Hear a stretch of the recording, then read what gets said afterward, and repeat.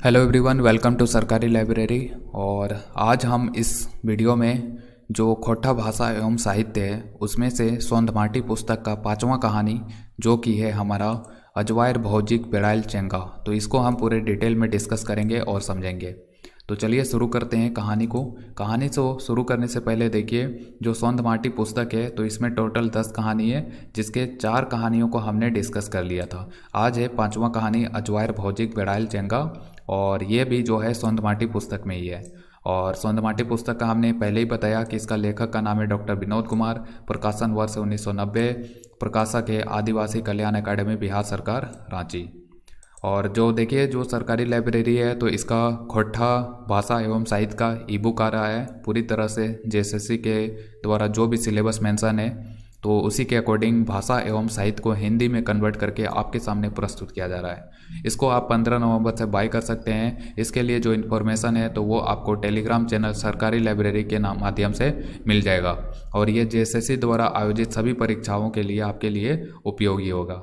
JSSC CGL में जो भाषा एवं साहित्य का सिलेबस मेंशन था तो उसी के अनुरूप जो है पूरा सिलेबस इस पर तैयार किया जा रहा है। तो सब चीज़ मिलेगा 15 नवंबर से आप बाय कर सकते हैं। तो यहाँ पे देखिए, जो ये अजवायर भौजिक बेड़ाइल चेंगा है तो यहाँ पे अजवायर जो है तो अजवायर का मतलब क्या होता है, जिसका कोई काम धंधा नहीं होता है, यानी कि जो पूरा फुर्सत में है। तो पूरा फुर्सत में यानी कि जिसका कोई काम नहीं है तो उसी को खोटा भाषा में अजवायर कहा जाता है। और भौजिक मतलब कि वही हो गया, भाभी हो गया भौजी। और बेड़ाइल का मतलब होता है बिगड़ेल, बिगड़ेल। और चेंगा का मतलब क्या होता है, चेंगा का मतलब होता है बच्चा। तो फुर्सत में रहने वाली भाभी का बिगड़ेल बच्चा इस खोटा कहानी का हिंदी में अनुवाद होगा। ठीक है, तो अजवायर का मतलब याद रखें कि जिसका कोई काम धाम नहीं है, बिल्कुल फुर्सत में जो रहता है तो उसको खोटा भाषा में अजवायर कहा जाता है। तो फुर्सत में रहने वाली भाभी का बिगड़ेल बच्चा। अब इस कहानी के जो मुख्य पात्र हैं उनको हम देख लेते हैं। इस कहानी में जो यहाँ पे नाम से ही देख रहे हैं, फुर्सत में रहने वाली भाभी का बिगड़ेल बच्चा, तो कहानी का जो मुख्य पात्र है तो वो कौन होगा, तो वो होगा भाभी। भाभी जो कि अनपढ़ है, बिल्कुल अंगूठा छाप है, मतलब कि पढ़ी लिखी नहीं है, अशिक्षित है। और अन्य पात्र में कौन कौन है, तो अन्य पात्र में ये जो भाभी है तो उसका पति होगा, जो कि मान लीजिए कि कोई व्यक्ति होगा। और इस कहानी में जो है भाभी का देवर, तो वो है लेखक।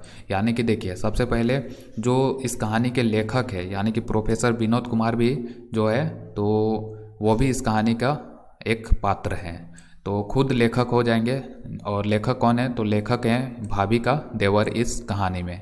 और जो लेखक है तो उसका बड़ा भाई एक है, और बड़ा भाई की जो पत्नी है तो वो लेखक की भाभी हो गई। तो 3 लोगों का नाम याद रखना है कि लेखक खुद हो गया, और लेखक से लेखक का एक बड़ा भाई है, और बड़ा भाई की जो पत्नी है तो वो लेखक की भाभी हो गई। तो लेखक का जो बड़ा भाई है तो वो शिक्षित है, यानी कि मैट्रिक पास है, और ये नौकरी कहाँ पे कर रहा है, तो ये नौकरी कर रहा है कचहरी में। कचहरी में क्या काम करता है, तो कचहरी में जो है इसका काम है पेशकार का।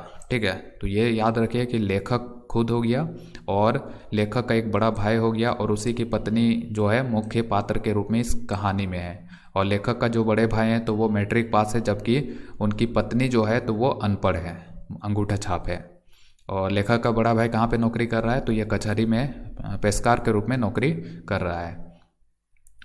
और यहाँ पे देखिए, जो मतलब कि ये जो भाभी है या लेखक का जो बड़ा भैया है, तो बड़ा भाई का टोटल 10 बच्चे हैं, यानी कि भाभी का भाई 10 बच्चे हैं।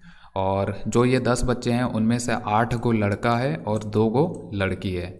और यहाँ पे देखिए, 8 लड़का में से एक लड़का का नाम का जिक्र हुआ है, जिसका नाम है टुकना। ठीक है, टुकना। और 2 लड़की का नाम का जिक्र किया गया है इस कहानी में। तो ये जो दोनों लड़की है लेखक के बड़े भाई का, तो ये नाम है सुमा, और दूसरा का नाम है कुना। तो दोनों लड़कियों का नाम है सुमा एवं कुना। और 8 लड़का में से जो एक लड़का का नाम जिक्र हुआ है तो वो है टुकना। और यही टुकना जो है इसी को इस कहानी में यहाँ पे जो बेड़ाइल चेंगा है तो बेड़ाइल चेंगा कहा गया है। तो बेड़ाइल चेंगा कहानी में किसको कहा गया है, तो ये टुकना को कहा गया है। तो ये याद रखिएगा। तो इतना ही नाम जो है आपको याद रखना है। कौन कौन सा, सबसे पहले जो है एक लेखक याद रखिए, लेखक भी इस कहानी का भाग है, जो कि इस कहानी में जो भाभी का रोल कर रही है तो भाभी का देवर है लेखक। और लेखक का एक बड़े भैया हैं और उस भैया के कितने बच्चे हैं, टोटल 10 बच्चे हैं, 8 लड़का 2 लड़की। और लड़कियों का नाम क्या क्या है, सुमा एवं कुना। और जो एक लड़का का नाम का जिक्र मिलता है वो है टुकना। और इसी टुकना को इस कहानी में बेड़ाल चेंगा कहा गया है। अब ये जो कहानी है देखिए, इस कहानी में मतलब कि जो भाभी है वो बिल्कुल अनपढ़ है और इसको कोई मतलब नहीं है कि इसके जो बच्चे हैं तो वो पढ़े लिखे। देख ही सकते हैं कि अनपढ़ होने के कारण जो है इन पूरा परिवार में टोटल कितना 10 बच्चे हो गया और खुद ये भाभी और उसका पति यानी कि टोटल 12, यानी कि पूरा मतलब पूरा 1 दर्जन। ठीक है, तो पूरा 1 दर्जन जो है लोग हैं मतलब कि एक ही परिवार में। तो यहाँ से पूरा 1 दर्जन है और अनपढ़ होने के कारण ही जो है ये इतना सारा बच्चा पैदा कर रखे हैं। अगर ये पढ़े लिखे होते तो ये इतना बच्चा नहीं करते हैं। तो यहाँ पे यही याद रखिए कि लेखक जो है तो वो एक दिन मतलब कि ये शहर में रहते हैं और जब वो शहर से गांव आते हैं तो वो देखते क्या है कि जो भाभी है तो ये पूरा खा पी के एकदम मोटी हो गई है। और जो परिवार है यानी कि लेखक का जो परिवार है तो उसमें ये भाभी का ही दबदबा है। बड़ा भाई भले ही मतलब कि शिक्षित है, मैट्रिक पास है, नौकरी कर रहा है, लेकिन बड़ा भाई का स्थिति जो है परिवार में चूहे की भांति है। और वहीं जो भाभी है तो ये पूरा परिवार में एकदम शेरनी है। परिवार में जो दबदबा है, रोब है, तो वो भाभी का ही बात चलता है। बड़ा भाई तो एकदम चूहे की भांति, मतलब भाभी जो भी बोल दी, आंख दिखा दी तो वो डर के एकदम कुत्ते की भांति दुम हिलाने लगा। तो ये परिवार में जो दबदबा है तो वो हो गया भाभी का। ठीक है, तो ये याद रखिए।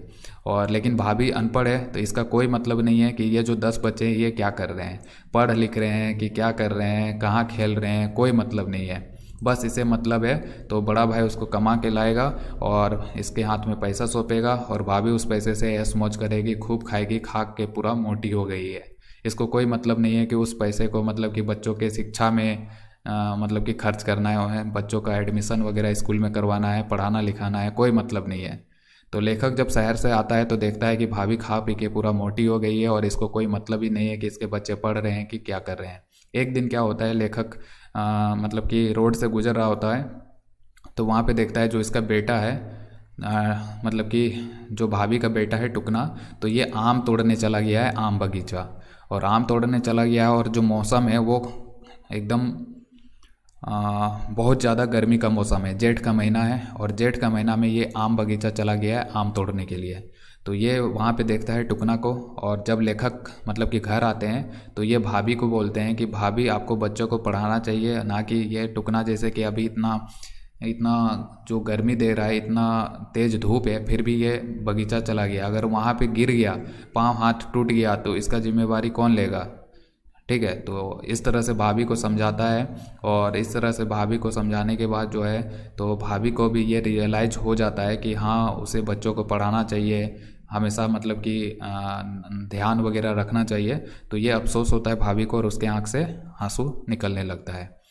तो इस तरह से ये कहानी ख़त्म हो जाता है। तो यहाँ पे आपको यही याद रखना है कि किसका किसका क्या रोल है। और यहाँ पे जो बेड़ाल चेंगा कहा गया है इस कहानी में, तो ये टुकना को कहा गया है। तो ये कहानी जो है एक सुधारवादी के भाव से प्रेरित है। यहाँ पे यही बताया गया कि एक पढ़े लिखे इंसान में और एक अनपढ़ इंसान में किस तरह से सोच का अंतर होता है, तो उसको दर्शाने का कोशिश यहाँ पे किया गया है लेखक के द्वारा।